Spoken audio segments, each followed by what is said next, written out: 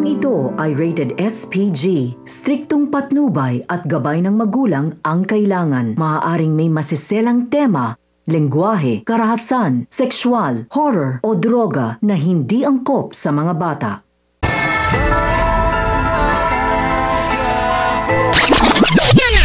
Matagumpay na sana ang makakatakas sina Amanda at Primo kasama sina Berting at Lucio, ngunit hindi na sila nagtagumpay dahil sa pagdating ng kapulisan sa pangunguna ni Suarez, kaya naman nauna nang sumuko si Berting at dito muli silang nagkaharap ni Suarez na siyang nagdiin sa kanya noon.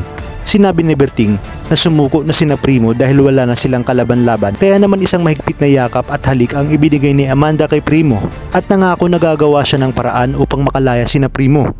At ang mga dapat nga nating abangan ngayong Biyernes, matapos dalawin ni David si Tanggol upang mas lalong lait-laitin at pagsabihan ng masasakit na salita, ay magsisimula na siyang magtanong-tanong sa kanilang lugar kung may alam ba umano sila tungkol kay Mokang.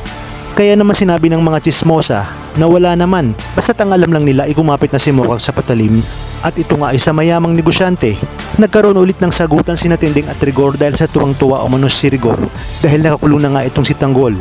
Ngunit iginiit ni Rigor na tinulungan lang niya ang mga ibang tao na hindi na mabiktima ng demonyong si Tanggol. Nadalawin naman ni Mando ang kanyang inaanak na si Tanggol. Nagpasalamat si Tanggol dahil tinulungan nga siyang makatakas noon.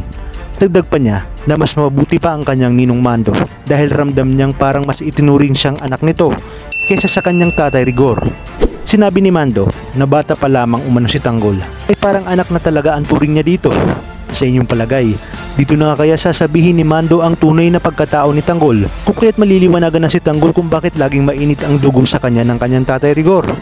Kaya naman kapamilya, tutok lang dahil marami pa tayong dapat abangan dito lang sa pambansang teleserye ng Sambayanan, ang FPJ's Batang Quiapo.